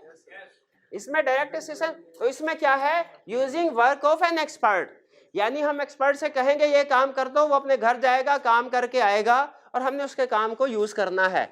डायरेक्ट असिस्टेंस का कंसेप्ट इधर नहीं है। अच्छा, पहली चीज आपने मुझे बता दिया कि कौन कौन से एरियाज में हम एक्सपर्ट को यूज कर सकते हैं। जरा मुझे बताइए, valuation of assets and liabilities, for example fix assets की रीवैल्यूएशन करवाई है, एक्सपर्ट यूज होगा? बिल्कुल यूज होगा। अच्छा, आपने कहा कॉम्प्लेक्स टैक्स इश्यूज, अगर टैक्स के रिलेटेड कोई इश्यूज हैं, टैक्स एक्सपर्ट यूज होगा? आईटी एक्सपर्ट, अगर client significant IT system use कर रहा है तो हमें साथ अपने कोई आईटी एक्सपर्ट लेके जाना चाहिए, सॉफ्टवेयर इंजीनियर वगैरह जो क्लाइंट के सिस्टम को इवैल्यूएट कर सके। लीगल ओपिनियन, इंजीनियरिंग, अच्छा इंजीनियर को किस लिए लेके जाएंगे? अच्छे वो नहीं लेके जाएंगे। बिल्डिंग की नॉर्मली एसेट्स की जो लाइफ होती है ना, लाइफ, ये इंजीनियर बताता है, ये इंजीनियर बताता है। हाँ, वो कैपिटल वर्किंग प्रोसेस में स्टेज ऑफ कंप्लीशन सर्टिफिकेट, शाबाश, ये चैप्टर 10 याद किया भाई ने, कितना ने याद किया? शाबाश, चैप्टर। अच्छा, मुझे एरियाज आपको समझ लग गए कि किन एरियाज में एक्सपर्ट के वर्क को यूज करते हैं। अब क्या बात सीखनी है हमने? अगर एक्सपर्ट के वर्क को यूज किया जाता है तो हमारी रिस्पॉन्सिबिलिटीज क्या होंगी? जैसे इंटरनल ऑडिटर में सीखा, इंटरनल ऑडिटर कौन है, पहले ये सीखा, फिर ये देखा कि इंटरनल ऑडिटर के वर्क को यूज किया जाता है तो हमारी रिस्पॉन्सिबिलिटीज क्या, तो सिंपल उसको वैल्यूएट करना है, उसके वर्क को वैल्यूएट करना है। ब्रॉड यही थे, छोटे मोटे और कंसेप्ट थे, ब्रॉड रिस्पॉन्सिबिलिटी तो यही थी ना। इंटरनल ऑडिटर को जब यूज करना है या डायरेक्ट असिस्टेंस लेनी है, उसको वैल्यूएट करो और उसके वर्क को वैल्यूएट करो। उसी तरह एक्सपर्ट के वर्क को यूज करना है तो हमारी रिस्पॉन्सिबिलिटीज क्या है, रिस्पॉन्सिबिलिटी क्या है, उसको वैल्यूएट करो, उसके वर्क को वैल्यूएट करो, वैल्यूएट एडिक्वेसी ऑफ वर्क। लेकिन ये क्या, obtain understanding of field of expert, obtain understanding of field. हाँ वो शुरू में बताया था, वो 20 दिन लगा के बताया था ना, 20 घंटों में कोई भी आप बेसिक अंडरस्टैंडिंग किसी भी फील्ड की, 20 था या 40 था, 20 था। अच्छा शाबाश, हर चीज याद करनी है ऑडिट के कंसेप्ट के हैं, ऑडिट के कंसेप्ट में भी पूछ लो, ग्राफिक। अच्छा चलें, understanding of field, understanding of field असल में, अच्छा ये वाला रिक्वायरमेंट जिम्मेदारी using the work of internal auditor में थी? नहीं थी। क्यों नहीं थी भला? उसकी अंडरस्टैंडिंग तो हम 7, 8, 10, 15 साल हो जाते हैं सीखते सीखते, उसकी तो हमारे पास ऑलरेडी अंडरस्टैंडिंग है। एक्सपर्ट की फील्ड की अंडरस्टैंडिंग नहीं है। इसीलिए याद रखें, ये वाली रिस्पॉन्सिबिलिटी पूरी करने के लिए, उसके वर्क की एडिक्वेसी को वैल्यूएट करने के लिए जरूरी है कि हमें उसकी अंडरस्टैंडिंग ऑब्टेन। अब स्टूडेंट कहने लगा सर आपने बड़े बड़े कंसेप्ट तो बता दिए, हमें समझ आ गया, एक्सपर्ट के वर्क को यूज करना है, हमारी रिस्पॉन्सिबिलिटी है एक्सपर्ट की कंपिटेंस कैपेबिलिटी को वैल्यूएट करें, हमारी रिस्पॉन्सिबिलिटी है उसके वर्क की एडिक्वेसी को वैल्यूएट करें, हमारी रिस्पॉन्सिबिलिटी है उसकी फील्ड की अंडरस्टैंडिंग ऑब्टेन करें। लेकिन यहाँ पे मुझे ये बताइए, स्टूडेंट कहने लगा सर इसका ये मतलब है वो इंजीनियर है तो हम भी इंजीनियरिंग करें सीखें, और फर्ज कीजिए अगर इसका ये मतलब है तो फिर जब हम खुद इंजीनियर बन जाएंगे तो हम खुद ही काम कर लेंगे, उसको थोड़ी कहना है, उसको थोड़ी कहना। तो याद रखिए यहाँ पे कह रहा है obtain understanding of field, basic understanding obtain करनी है, बेसिक अंडरस्टैंडिंग ऑब्टेन करनी है, एक्सपर्ट नहीं बनना उसके काम में, सिर्फ बेसिक अंडरस्टैंडिंग। ठीक है। अब फर्ज कीजिए कि आप देख रहे हैं एक डॉक्टर ऑपरेशन कर रहा है, ठीक है, और पता चला जी कि ऑपरेशन के लिए उसने कहा जी कैंची लेके आओ। आप अगर कभी विजिट किया हो ना तो उनकी कैंची होती है छोटी सी, घास काट, आपने घास काटने वाली कैंची। भाई इतनी को अंडरस्टैंडिंग तो है ना हमें कि ऑपरेशन के लिए, अब ये डॉक्टर नहीं है, ये काम सही नहीं कर रहा, भाई ये बेसिक अंडरस्टैंडिंग तो हमारे पास है ना। बेसिक कहता है यही अंडरस्टैंडिंग आपको पता होनी चाहिए, आगे जब पॉइंट्स पढ़ेंगे उनमें आप देखेंगे यही अंडरस्टैंडिंग है, बेसिक, एक्सपर्ट नहीं। चल आगे चलें। वेल पता चला नहीं, रहने दें, नहीं बात अखबार में खबर आती है ना मरीज का ऑपरेशन किया उस पेट में तौलिया भूल गए, बात का तो आप मुझे बताइए अगर आपको ये पता चले किसी प्रोफेशनल के बारे में तो क्या उसने सही काम किया है? इतनी को वैल्यूएशन अब ये जज करने के लिए कि इस डॉक्टर ने सही काम नहीं किया, हमें एमबीबीएस करने की जरूरत है नहीं, हमें अपनी कॉमन सेंस हमारी बताती है कि मेडिकल फील्ड में इस तरह नहीं होता। अच्छा अब बताएं वैल्यूएट कंपिटेंस। अच्छा अब ये मैंने आपको बेसिक बताया, ऑब्जेक्टिव रिस्पॉन्सिबिलिटीज क्या है, कंपिटेंस कैपेबिलिटी को वैल्यूएट करना है, उसकी फील्ड की अंडरस्टैंडिंग को ऑब्टेन करना है, किस लिए ऑब्टेन करना है, उसके वर्क को वैल्यूएट करने के लिए। ये एग्रीमेंट की तरफ मैं भी एंड में आऊंगा, पहले ये मैं आपको सीक्वेंस में समझाना चाह रहा हूं। देखना है एक्सपर्ट कंपिटेंस कैपेबल ऑब्जेक्टिव है, क्या करें, देखो क्वालिफिकेशन कितना वेल क्वालिफाइड है, एक्सपीरियंस कितना है, मार्केट में रेपुटेशन कैसी है, इंडिपेंडेंट है कि नहीं मैनेजमेंट से, ये देखो। अच्छा इसमें और यूजिंग द वर्क जो इंटरनल ऑडिट वाले में मेन हेडिंग सेम है, लेकिन इसमें उसने अलग-अलग नहीं बताया, इसमें उसने एक ही लाइन में भड़का दिया सबको। वहां पे इंटरनल ऑडिट में आपको याद है उसने कंपिटेंस के अलग फैक्टर बताए थे, ऑब्जेक्टिविटी के अलग, सिस्टमैटिक एंड डिसिप्लिन अप्रोच के अलग, इसमें उसने सारे इकट्ठे कर दिए। एग्जाम में भी हमेशा इसी तरह पूछेगा, इंटरनल ऑडिटर में कंपिटेंस, ऑब्जेक्टिविटी और अप्रोच के अलग पूछ सकता है, एक्सपर्ट में नहीं पूछेगा, जिम्मेदारी है मेरी, एक्सपर्ट में हमेशा इकट्ठे पूछेगा, आपने इकट्ठे ही बताने हैं। इसमें कंपिटेंस, कैपेबिलिटी, ऑब्जेक्टिविटी के फैक्टर्स अलग नहीं है। हाँ इसमें एक एडिशनल कंसेप्ट बता रहा है, जो कि इंटरनल ऑडिटर में नहीं। इंटरनल ऑडिटर की कंपिटेंस कैपेबिलिटी देखनी है ना, वो हम खुद वैल्यूएट कर सकते हैं, उसके साथ बैठेंगे, उससे कहेंगे हाँ सर IFRS 15 वो क्या होता है, पता चल गया ना। लेकिन एक्सपर्ट की कंपिटेंस कैपेबिलिटी को, चूंकि हम उसकी फील्ड के एक्सपर्ट नहीं है, शायद हम वैल्यूएट ना कर सके, इसीलिए इसमें उसने सोर्सेज बताए हैं कि कैसे पता चलेगा। पर्सनल एक्सपीरियंस हो सकता है आपका पास्ट में उसके साथ कोई किसी और क्लाइंट पे आपने उसको एंगेज किया हो, तो प्रीवियस एक्सपीरियंस, पर्सनल एक्सपीरियंस या previous experience. Discussion with other expert और अदर ऑडिटर्स। अगर हमारे पास प्रीवियस एक्सपीरियंस नहीं है तो उस एक्सपर्ट से भी डिस्कशन कर सकते हैं। बाज़ औक़ात एक्सपर्ट से डिस्कशन करके भी अंदाजा हो जाता है कि ये बंदा किस लेवल पे है। या इसके अलावा दूसरे ऑडिटर्स, यहां पे देखें वो बता रहा है कि आपका पर्सनल प्रीवियस एक्सपीरियंस से आपको अंदाजा हो जाएगा एक्सपर्ट कैसा है। अगर नहीं तो दूसरे ऑडिटर जिन्होंने इसके वर्क को यूज किया हुआ है। प्रैक्टिस में ऑडिटर्स एक दूसरे के साथ ऐसे कोऑपरेट करते हैं, इंफॉर्मेशन एक दूसरे के साथ शेयर करते हैं, यार कोई अच्छा इंजीनियर कौन सा है, वो कहते जी है। कुछ केसेस में एक एडिशनल बात आपको बता रहा हूँ, रेगुलेटरी अथॉरिटीज ने भी लिस्ट बनाई होती है प्रोफेशनल्स की। जैसे स्टेट बैंक ऑफ पाकिस्तान ने, जहाँ तक मेरी अंडरस्टैंडिंग है, इंजीनियर्स की लिस्ट बनाई हुई है कि बैंक ने अगर किसी को लोन देना है ना, तो ये इंजीनियर या ये वैल्यूअर्स हैं, इनको इंगेज करके इनसे वैल्यूएशन करवाने हैं। तो उससे भी हमें पता चल जाता है उसकी मार्केट रेपुटेशन। प्रोफेशनल बॉडी में कंसेप्ट आ जाएगा कि प्रोफेशनल बॉडी ने समटाइम लिस्ट बनाई होती है कि ये अप्रूव्ड वैल्यूअर्स हैं या ये अप्रूव्ड इंजीनियर्स हैं। अगर उसमें उसका नाम आ रहा है तो उसका मतलब क्या है, वो अच्छा प्रोफेशनल कंपिटेंट। पब्लिश पेपर और बुक्स ऑफ एक्सपर्ट, उस एक्सपर्ट ने अगर कोई बुक्स वगैरह पब्लिश की हैं, नॉर्मली इंटरनेशनल लेवल पे इस चीज को प्लस पॉइंट माना जाता है कि जिस प्रोफेशनल ने अगर कोई बुक्स वगैरह पब्लिश की है उसका नॉलेज, क्योंकि उसका रिसर्च वर्क होता है ना, उसका कंपिटेंस, उसे ऑन एवरेज ज्यादा कंपिटेंट समझा जाता है दूसरे लोगों से। तो ये हमारे हो गए कंपिटेंस कैपेबिलिटी। फिर obtain understanding of field of expert, उसके फील्ड की अंडरस्टैंडिंग ऑब्टेन कर। किस लिए? एक तो इसलिए कि हमें पता हो, हम उसको बता सके कि भाई उसने क्या काम करना है, कैसे करना है। और दूसरा बड़ा पर्पस, ये जो है ना, दो पर्पस है। एक, उससे एग्रीमेंट कर सकें, उसके फील्ड के एक्सपर्ट के फील्ड की अंडरस्टैंडिंग किस लिए जरूरी है, एक उसके साथ एग्रीमेंट कर सकें। एग्रीमेंट में स्कोप ऑफ वर्क बताना होता है हमने, वो हमसे पूछता है क्या, तो हमें उसका पता होना चाहिए कि हम उससे क्या काम करवाना चाह रहे हैं। और दूसरा, बाद में उसके वर्क की एडिक्वेसी को वैल्यूएट करने के लिए ये अंडरस्टैंडिंग काम आती है। जैसे फर्ज कीजिए, अब आगे जो है ना कंसेप्ट, वो मैं आपको बताना चाह रहा हूं एक एग्जांपल के साथ। ये वाला हिस्सा कह रहा है एडिक्वेसी ऑफ वर्क। जब आपने वैल्यूएट करने हैं, आपने क्या करना है, आपने देखा है accuracy, completeness and relevance of source data. देखिए सोर्स डाटा लिखा हुआ है, सोर्स डाटा देखें लिखा हुआ है बुक में, सिग्निफिकेंट सोर्स डाटा, इसको अंडरलाइन कर रहे हैं।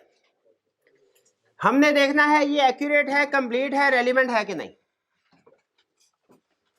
फिर हमने देखना है relevance and reasonableness of significant assumptions and method. जो सिग्निफिकेंट अजम्पशंस और मेथड एक्सपर्ट ने यूज किए हैं वो रेलिवेंट और रीजनेबल है कि नहीं। फिर हमने देखना है reasonableness of experts finding, expert की फाइंडिंग रीजनेबल है कि नहीं। And consistency with other evidence, plus consistency with other evidence. ये अभी आपको सिर्फ रीड करवाएं, समझ नहीं आए होंगे। समझते हैं एक एग्जांपल से। हमारा क्लाइंट है, उसने प्रॉपर्टी की रीवैल्यूएशन करवाई, ठीक, और एक वैल्यूअर की रिपोर्ट हमारे सामने रख दी। हमने अब ये देखना है, ऑलरेडी काम हो चुका है, कि इस वर्क को हम यूज कर सकते हैं कि नहीं। अच्छा, एक चीज ध्यान में रखिएगा, एक एक्सपर्ट होता है क्लाइंट का। हमें एक्सपर्ट की जरूरत बाद में पड़ेगी, क्लाइंट को पहले पड़ेगी, इससे एग्री करते हैं। क्लाइंट को एक्सपर्ट की जरूरत पड़ती है फाइनेंशियल स्टेटमेंट्स प्रिपेयर करने के लिए, हमें एक्सपर्ट की जरूरत पड़ती है ऑडिट करते हुए एविडेंस के तौर पे, ठीक है। तो हम मैनेजमेंट के एक्सपर्ट को भी यूज कर सकते हैं और अपना अलग से एक्सपर्ट भी इंगेज कर सकते हैं, दोनों की इजाजत है। अगर मैनेजमेंट ने अपना एक्सपर्ट मार्केट से उठाया जो कंपिटेंट है, ऑब्जेक्टिव है, तो हमें उसके वर्क को यूज करने में कोई कबाहत नहीं है। लेकिन अगर हमें लगे कि वो इंडिपेंडेंट नहीं है, वो तो उनका अपना एम्प्लॉय है या उसका कोई थ्रेट इंटरेस्ट है, उस सूरत में फिर इस मैनेजमेंट के एक्सपर्ट के वर्क को यूज नहीं करना बल्कि डिमांड। तो पहले तो आपने ये डिसीजन करना, लेकिन याद रखिए दोनों में रिक्वायरमेंट सिमिलर है। एग्जाम में चाहे मैनेजमेंट एक्सपर्ट के वर्क को वैल्यूएट करने को कहे, चाहे आईटी एक्सपर्ट के वर्क को वैल्यूएट करने को कहे, दोनों में रिक्वायरमेंट दोनों सेम है। हमने दोनों के केसेस में उन एक्सपर्ट को वैल्यूएट करना है, उनकी कॉम्पिटेंस को, ऑब्जेक्टिविटी को, और फिर उसके बाद उनके वर्क को। अब वर्क को कैसे वैल्यूएट करना है ये सुन लें। फर्ज कीजिए एक्सपर्ट है, उसने कहा सर ये 200 मिलियन की रिपोर्ट है, हमने अब ये देखना है ये वैल्यूएशन ठीक है कि नहीं। पहला तो ये कंसेप्ट अपने ज़हन से निकाल दे कि हम कैसे एक्सपर्ट की रिपोर्ट को चेक कर सकते हैं उसने काम ठीक किया कि नहीं किया। हम तो एक्सपर्ट नहीं है, नहीं नहीं नहीं, ये हमारी जिम्मेदारी है। हम एक्सपर्ट नहीं है, लेकिन हमने अंडरस्टैंडिंग फील्ड की, अंडरस्टैंडिंग ऑफ फील्ड ऑब्टेन किया। मुझे पहली चीज ये बताएं, क्या क्लाइंट ने कहा जी माल रोड पे हमारी ये प्रॉपर्टी है 10 कनाल, इसकी वैल्यूएशन है 50 करोड़, वैल्यूएशन रिपोर्ट हमारे सामने है, हमने इसको वैल्यूएट करना है। सबसे पहली चीज, हम वैल्यूअर नहीं है, क्या आप ये देख सकते हैं कि वैल्यूएशन रिपोर्ट में जितना एरिया है उस प्रॉपर्टी का और उस प्रॉपर्टी के जो टाइटल डॉक्यूमेंट्स हैं उनमें जो एरिया वो सेम है कि नहीं? और ये देखना चाहिए। ये देखने के लिए कोई कोर्स करने की जरूरत तो नहीं है, रॉकेट साइंस की जरूरत तो नहीं है। ये है accuracy, reasonableness and completeness of source data, कि जिस सोर्स डाटा पे काम किया जा रहा है हमने देखना है वो एक्यूरेट है, कंप्लीट है कि नहीं। पहली बात समझ आई? एक्यूरेसी, हमने जब एक्सपर्ट के वर्क को वैल्यूएट करना है सबसे पहले क्या देखना है कि उसका सोर्स डाटा एक्यूरेट, कंप्लीट और रेलिवेंट है कि नहीं। भाई ये देख सकते हैं। दूसरी चीज, relevance and reasonableness of significant assumptions and method. Valuation में जो सिग्निफिकेंट अजम्पशंस और मेथड यूज हुए हैं हमने देखना है वो रेलिवेंट और रीजनेबल है कि नहीं। भाई ये अजम्पशंस एंड मेथड्स क्या होते हैं जिनको हमने देखना है रेलिवेंट है कि नहीं। मैंने जिंदगी में कभी वैल्यूएशन नहीं की हुई, प्रोबेबली आपने भी नहीं की होगी, लेकिन हमें इतना तो पता है कि प्रॉपर्टी की 3 टाइप्स होती हैं। एक होती है रेजिडेंशियल, एक होती है कमर्शियल, एक होती है एग्रीकल्चर। कमर्शियल की वैल्यू सबसे ज्यादा होती है और एग्रीकल्चरल की सबसे कम होती। तो हम ये तो देख सकते हैं कि जो अजम्पशंस ली गई हैं प्रॉपर्टी की वो कौन सी बेसिस पे वैल्यूएशन की गई है। एग्रीकल्चर की वैल्यूएशन बेसिस डिफरेंट होगी, कमर्शियल की डिफरेंट होगी। कहीं ऐसा तो नहीं कि जमीन जो है वो एग्रीकल्चरल है और उसकी वैल्यूएशन कमर्शियल बेसिस पे की गई है। भाई ये अजम्पशन देख सकते हैं कि नहीं, यही देखना है। फिर इसके बाद जो इसका डिटेल्ड वर्क है वो नहीं देखना, ठीक है, बल्कि कंक्लूजन के ऊपर आ जाए, एक्सपर्ट्स की फाइंडिंग। इन 2 के बाद ना वो डिटेल्ड वर्क करता है एक्सपर्ट, वो टेक्निकल वर्क है वो हमने नहीं देखना, लेकिन उसके वर्क के नतीजे में जो उसकी फाइंडिंग या कंक्लूजन होंगे वो हमने देखना है वो रीजनेबल है कि नहीं। वो हमने देखना है कंसिस्टेंसी विद अदर। फर्ज कीजिए अगर वो कहते हैं 10 कनाल की प्रॉपर्टी है और 500 अरब की है, आपको ये देखा, हालांकि आपने कभी वैल्यूएशन नहीं की, लेकिन आप ये हैं सर ये 10 कनाल की 500 अरब कैसे हो सकती है, नॉर्मली तो नहीं होती, ये कुछ गड़बड़ लगती है। या कंसिस्टेंसी विद अदर एविडेंस देख सकते हैं। कंसिस्टेंसी विद अदर एविडेंस का मतलब क्या, आप देखते हैं सर इस इलाके के, हम ये तो देख सकते हैं कि जिसकी वैल्यूएशन हुई है उस इलाके में रिसेंटली प्रॉपर्टी किस रेट पे सेल हुई है। वो जो लेटेस्ट सेल प्राइस होती है ना उस इलाके में, वो एक रीजनेबल एस्टिमेट होता है कि इसकी वैल्यू क्या होगी। वो भी अब ये देखें, ये सारे काम करने के लिए तीनों, सोर्स डाटा की एक्यूरेसी, कंप्लीटनेस, रेलेवेंस को देखने के लिए, अजम्पशन एंड मेथड्स की रेलेवेंस और रीजनेबलनेस को देखने के लिए, और उसकी फाइंडिंग्स को देखने के लिए एक्सपर्ट की कि वो रीजनेबल है कि नहीं, कंसिस्टेंट है कि नहीं, कोई रॉकेट साइंस की जरूरत नहीं है। हम सिर्फ बेसिक अंडरस्टैंडिंग हमारे पास होना तो हम ये चीजें चेक कर सकते हैं। क्लियर हुई ये बात? एक और एग्जांपल, इसके बाद लेक्चर को कंक्लूड कर रहा हूं। वैल्यूएशन ऑफ एसेट्स की एग्जांपल देती, वैल्यूएशन लायबिलिटीज की एग्जांपल दे रहा हूं। समटाइम हमारे कुछ क्लाइंट ऐसे होते हैं अपने एम्प्लॉइज को पेंशन देते हैं, पेंशन लायबिलिटी को एस्टिमेट करना होता है। ये आप CFAP लेवल पे जाके पढ़ेंगे कंसेप्ट, क्योंकि हम सर्विस अभी ले रहे हैं और पेमेंट करनी है उसकी रिटायरमेंट के बाद, तो उसकी रिटायरमेंट के बाद जो पेमेंट करनी है ना उसकी प्रेजेंट वैल्यू कैलकुलेट करके ये बड़ा लंबा चौड़ा मुश्किल काम होता है। बज़ाहिर सुनने में बताने में जितना आसान लग रहा है ना, असल में नहीं है।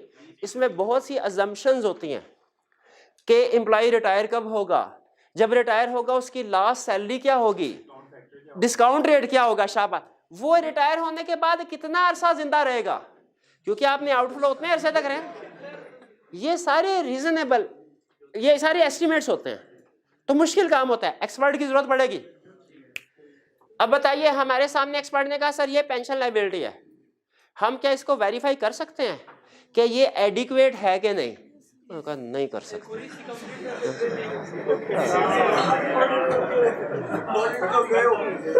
कर सकते हैं, यही सिखाना चाह रहा हूँ, वैल्यूएट एडिक्वेसी ऑफ वर्क। क्या अच्छा, अब आपका सवाल होगा कि कैसे कर सकते हैं सर, हम तो इतने हम बेसिक अंडरस्टैंडिंग ऑफ। अच्छा मुझे ये बताएं, मेरे सामने रिपोर्ट आई पेंशन लायबिलिटीज की, मैंने देखा कि इसका सोर्स डाटा क्या है, इसका सोर्स डाटा क्या होगा भला, नंबर ऑफ एम्प्लॉइज। क्या मैं ये देख सकता हूं कि 200 एम्प्लॉइज है क्लाइंट के, तो इसने कहीं 250 एम्प्लॉइज की वैल्यूएशन तो नहीं कर दी? ये है accuracy, completeness and relevance of source data.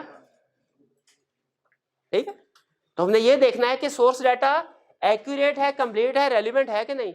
और एक चलते चलते और बात बता दूं, इसमें जो कॉन्ट्रेक्चुअल एम्प्लॉइज होते हैं ना, वो शामिल नहीं होते। तो हमने ये भी देखना होता है कहीं कॉन्ट्रेक्चुअल एम्प्लॉइज को तो इंक्लूड नहीं कर, वो रेलिवेंट नहीं है, सिर्फ परमानेंट एम्प्लॉइज रेलिवेंट है। तो ये सोर्स डाटा समझ आ गया। अब खुद आप मुझे बताएं, शाबाश, आप ही मुझे बताएं। अब इसमें जो हमने इस पेंशन लायबिलिटीज को कैलकुलेट करते हुए कुछ अजम्पशंस और मेथड्स यूज किए होंगे उस वेल, जैसे अजम्पशन बताइए कौन सी, एज, लाइफ, डिस्काउंट रेट। बिल्कुल, हम क्या हम ये देख सकते हैं वो रीजनेबल है कि नहीं? अब आपने बताना रीजनेबल है कि नहीं, मैं बताता हूँ। वैल्यूएशन में लिखा हुआ है एम्प्लॉय रिटायर होगा 80 साल की उम्र में, रीजनेबल है? नहीं है। ये तो हम देख सकते हैं ना, एम्प्लॉय को 150 साल की उम्र तक पेंशन मिलती रहेगी, नहीं ना। डिस्काउंट रेट 40% है, क्योंकि 8-10% के रीजनेबल होता है। ये चीजें देखें, अभी हालांकि आप प्रोफेशन में नहीं गए, लेकिन अभी आपको पता है अपने एग्जिस्टिंग नॉलेज, यही चीजें चेक करनी है। बट इतनी बड़ी बोंगिया ही चेक करनी है कि मारी तो नहीं हुई एक्सपर्ट ने, छोटी मोटी बोंगिया खैर है, वो इमटेरियल होती है, हमने बड़ी बड़ी बोंगिया ही चेक करनी है। आप ये बड़ी बड़ी बोंगिया भी चेक कर लें, बहुत है, बहुत। ये तो मैं आपको हमेशा बताता हूँ ना, आप एग्जाम में फेल बड़ा डिसीजन गलत करने पे होते हैं, छोटे छोटे डिसीजन गलत करने पे नहीं होते। रिक्वायरमेंट ही समझ नहीं आई, क्वेश्चन कौन सा है, हाँ, बड़ा रिक्वायरमेंट ही समझ नहीं ना आई, पूरे का पूरा क्वेश्चन गया, फिर चाहे जितना मर्जी छाप लें। हाँ, उस रिक्वायरमेंट में 10 फैक्टर लिखने थे, 7 याद है, 3 याद नहीं है, इसकी बेस पे आप फेल नहीं होंगे कभी इंशाल्लाह। फेल होते हैं बड़ा डिसीजन गलत करने से, छोटे डिसीजन से नहीं होते। अच्छा मुझे ये बताए, और एंड पे देख लेंगे कि जो टोटल पेंशन लायबिलिटी है वो रीजनेबल है कि नहीं फिगर। हम कहेंगे कंपैरेटर कंपनी भी तो अपने एम्प्लॉइज को पेंशन देती है, और उसके भी 200 एम्प्लॉइज हैं, उसने तो 130 मिलियन रिकॉर्ड किया है, आपने 250 मिलियन क्यों रिकॉर्ड कर दिया? हमें कैसे पता? कंपेटिटर की फाइनेंशियल स्टेटमेंट में पेंशन लायबिलिटी बैलेंस शीट में आ रही होगी, हमें वहां से पता। अच्छा आखिरी क्वेश्चन, आखिरी क्वेश्चन, अगर वर्क एडिक्वेट है ओके, अगर ये सारे प्रोसीजर परफॉर्म करके आपने कहा तसल्ली होगी ओके, अगर तसल्ली नहीं हुई, अभी नहीं, रिपोर्ट फर्दर प्रोसीजर। पहली ऑप्शन एक्सपर्ट से कहें भैया हमारी तसल्ली नहीं हुई, मजीद काम करो, एक्सपर्ट कहे मैं नहीं करता, तो खुद काम कर लें, अगर कर सकते हैं, अगर कर सकते हैं खुद काम कर लें, अगर खुद भी नहीं कर सकते किसी और एक्सपर्ट। अच्छा आप यहाँ पे सुन लीजिए, अगर मैनेजमेंट का एक्सपर्ट यूज कर रहे थे फिर कोई और एक्सपर्ट यूज कर लें, लेकिन अगर अपना एक्सपर्ट यूज कर रहे थे फिर कितने एक्सपर्ट बदलेंगे, फिर कितने, फिर नहीं, फिर क्या करना है, फिर ये स्कोप लिमिटेशन हो जाएगी, फिर स्कोप लिमिटेशन हो जाएगी। क्या एक्सपर्ट के वर्क को यूज किया भाई? स्टार्ट में आपने 10 मिनट इधर उधर की कहानियां, मैंने कुछ नहीं डिस्टर्ब किया ना, 5 मिनट और दे दे मुझे सिर्फ। एक्सपर्ट के वर्क को यूज किया, रिपोर्ट में उसका जिक्र आएगा, नहीं आएगा। अगर अभी स्टार्ट में समझाया था कि जब कभी किसी प्रोफेशनल को रिस्पॉन्सिबिलिटी नहीं कम होती, शाबाश, तो एक्सपर्ट के वर्क को हम अगर यूज करें रिपोर्ट में नॉर्मली रेफर नहीं करते, अनलेस लॉ रिक्वायर करे या नेसेसरी हो। लॉ रिक्वायर करते तो जाहिर हमने डिस्क्लोजर देना है। नेसेसरी का मतलब क्या है? नेसेसरी कब होता है? ओपिनियन मॉडिफाई हो जाए। अगर क्लाइंट ने कहा 500 मिलियन की वैल्यूएशन, एक्सपर्ट ने कहा 300 मिलियन की है, 200 की मिस स्टेटमेंट है, क्वालिफाइड ओपिनियन देंगे, बेसिस फॉर क्वालिफाइड ओपिनियन में एक्सप्लेन करेंगे, तो वहां पे बताना पड़ेगा ना कि एक्सपर्ट ने ये कहा। तो जब लॉ रिक्वायर करे या नेसेसरी हो तब एक्सपर्ट का जिक्र कर सकते हैं, वरना नॉर्मली हाँ, अगर मैटर सिग्निफिकेंट है तो कैम में भी आ सकता है। कैम में आपको याद है एक्सपर्ट की एग्जांपल थी,